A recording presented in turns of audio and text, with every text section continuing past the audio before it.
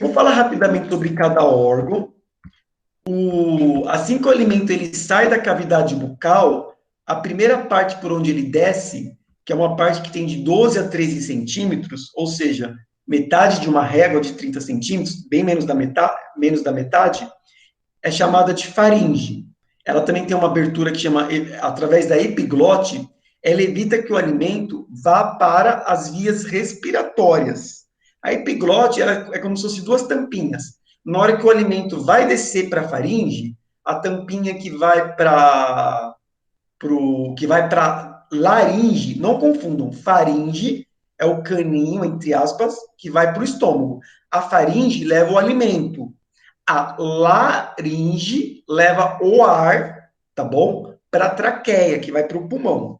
Aí você fala assim: ah, professor, eu cheguei lá na hora da prova do Enem, e deu branco. É faringe ou laringe? É só lembrar: se come farinha, é alimento, vai para faringe. O ar desce pelo laringe, vai para o sistema respiratório, tá bom? Então, temos a faringe, que é a primeira parte por onde o alimento desce. O esôfago, que é o tubo mais longo, que chega a ter até cerca de 25 centímetros, tá bom? A pessoa consegue engolir um alimento de ponta cabeça? O que vocês acham? Se o esôfago fosse só um caninho, onde você coloca o alimento, imagina você colocar uma bolinha aqui e a bolinha cair. Se fosse só um caninho, se fosse de ponta cabeça, a gente não conseguiria engolir. Mas por que a gente consegue engolir mesmo de ponta cabeça? Porque o esôfago, ele funciona. O que são movimentos peristálticos? Imagina uma bolinha dentro de uma meia fina. Aí você vai empurrando a bolinha. Ou seja, o esôfago, ele vai empurrando a bolinha. Ele vai empurrando o alimento, né?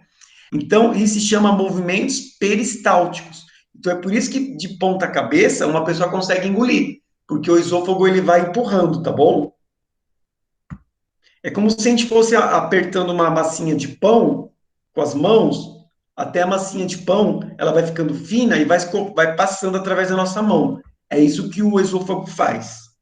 Depois que o alimento passou pelo esôfago, ele chega no estômago. No estômago, ele é tipo de uma bolsa, ele é tipo de um saco, né? Ele pode armazenar até 2 litros. É só imaginar uma garrafa de refrigerante de 2 litros, tá bom? A pessoa come, come, come, come até ficar estufada. Por quê? Porque quando a gente come, até o nosso estômago mandar um sinal para o cérebro que ele está cheio, pode demorar alguns minutos. Então, qual que é o que é natural? O que seria o normal da gente fazer? A gente come, você pega o seu prato de comida, vai comendo devagar, monta aquele pratão, monta um prato, coloca um pouco menos de comida, a vez se acaba a sua refeição, ainda está com uma leve fome, mas passando alguns minutos, a fome passou. Por quê? Porque é quando chega o sinal para o cérebro, falando que o estômago já está cheio. Então, muitas vezes as pessoas vão comendo até se estufar, porque demora para chegar o sinal para o cérebro, tá bom? Então, essa é a minha dica. Então, o estômago é onde nós vamos receber é, o suco, o estômago ele vai liberar um suco gástrico, porque o alimento ele chegou aqui no estômago, ele já chegou mastigado, tipo uma pasta. Agora o que acontece no estômago? Começa a acontecer a digestão química, onde as proteínas começam a ser quebradas, onde os açúcares também começam a ser quebrados, onde as gorduras também vão começar o processo de quebrar. As gorduras elas vão ser quebradas mais no duodeno, que é a parte inicial do intestino delgado, tá bom? O estômago ele é dividido em algumas partes, a parte superior, chamado cárdia, aí tem a parte inferior, que é chamado de piloro, e por aí vai. Então, o estômago produz o suco gástrico. E esse suco gástrico, água, é o tem ácido clorídrico, que ajuda a matar micro-organismos, e as enzimas digestivas. E essas enzimas digestivas, como eu disse, como a pepsina, ela age em meio ácido. Por isso que o ácido clorídrico, além de matar os micro-organismos, vão propiciar que essas enzimas possam atuar. Saindo do estômago, assim que saiu do estômago, o alimento vai para o intestino delgado. A primeira parte do intestino delgado, como eu disse, é o duodeno. O intestino delgado tem cerca de 6 metros e ele é todo enrolado. Se a gente for esticar, ele dá 6 metros, ou seja, o dobro da altura da nossa casa, né? Muito mais que o dobro da altura, tá bom? E uma coisa que vocês vão ver no livro, né, um livro tem mais, com detalhes melhores, o estômago, a parede do estômago, desculpa, a parede do intestino não é uma parede lisa, ela é toda ondulada. Olhem aqui na imagem de baixo. Ela é toda, não é uma parede lisa, ela é toda enrugada. Por que ela é toda enrugada? Porque isso aumenta a superfície de absorção dos nutrientes. Porque no estômago, a função é quebrar os nutrientes no estômago. Quando vai para o intestino, além de quebrar os nutrientes, a função é absorver esses nutrientes. Ou seja, começa a absorver as vitaminas, começa a absorver os sais minerais, os carboidratos que foram sendo quebrados em açúcares menores, como glicose, esses açúcares menores, a glicose começa a ser absorvida.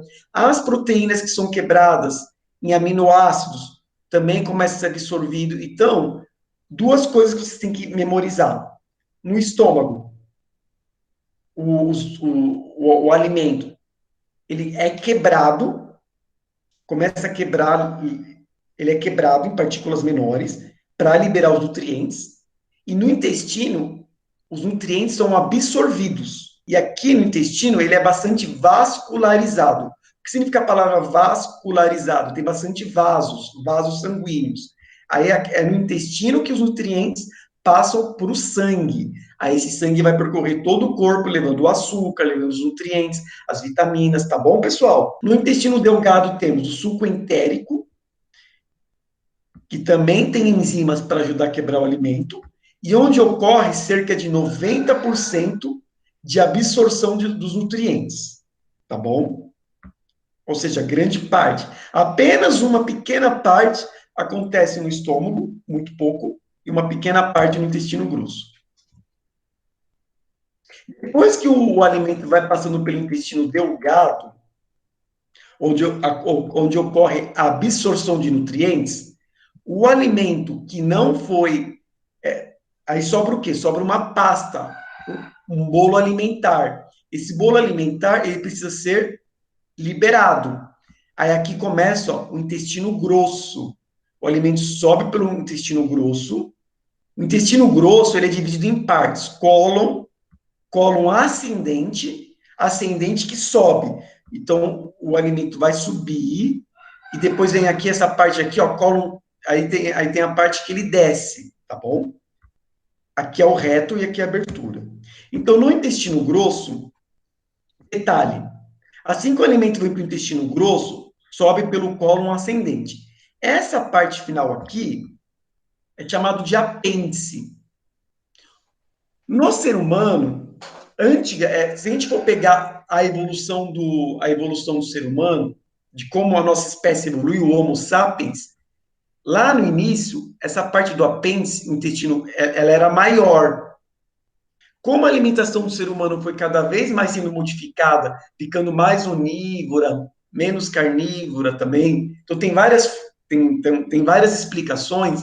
O ser humano também começou a ter uma postura mais ereta, tem várias explicações para isso. Mas o intestino do ser humano, essa parte do apêndice, cada vez nós deixamos de usar menos, tá bom? Mas em algumas pessoas, às vezes o alimento bolo, ele vem para cá e acaba inflamando, causando a apendicite, tá bom?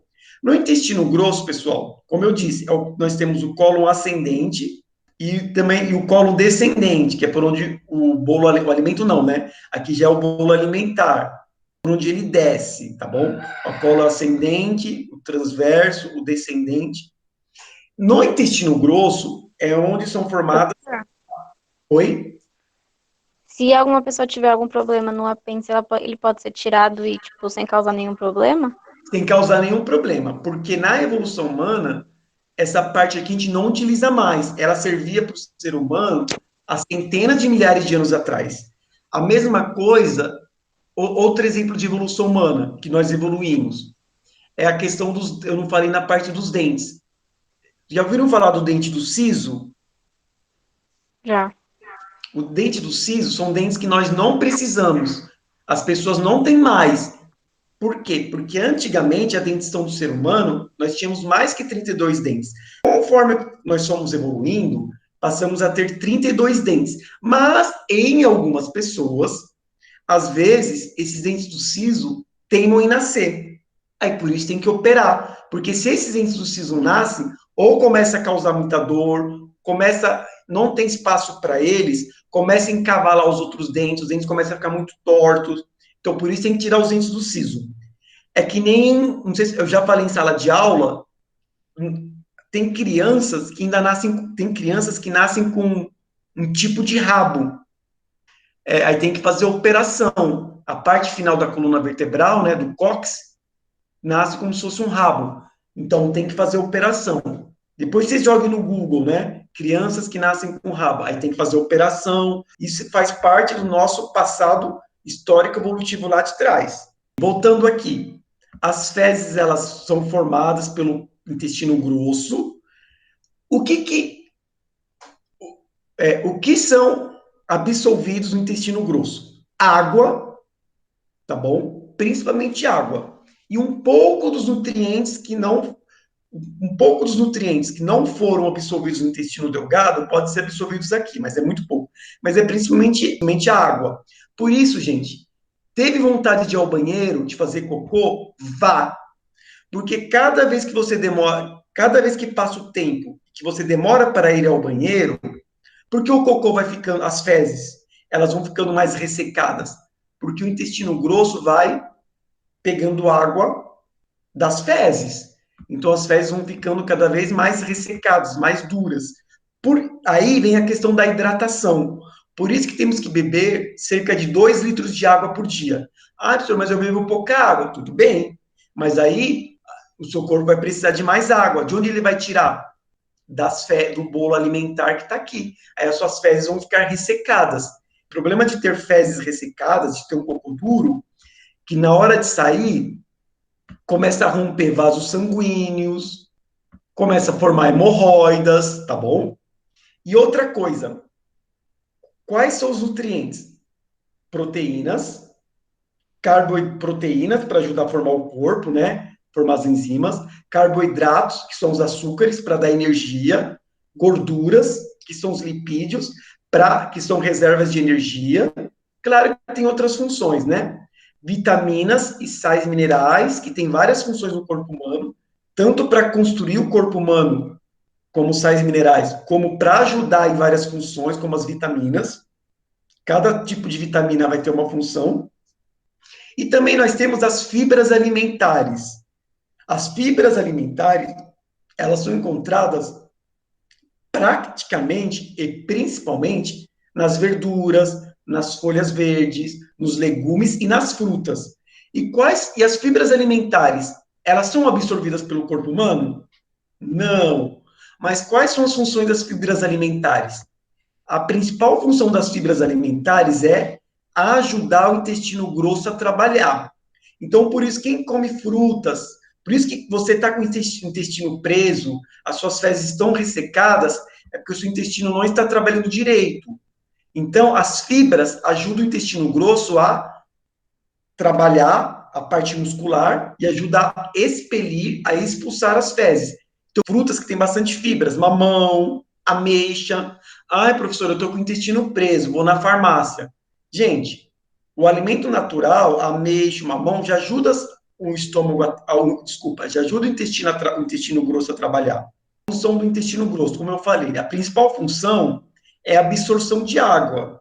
Mas, como eu disse, bebam bastante água para o seu corpo não ficar retirando muita água do. Aí o alimento sai pelo reto, abertura ânus.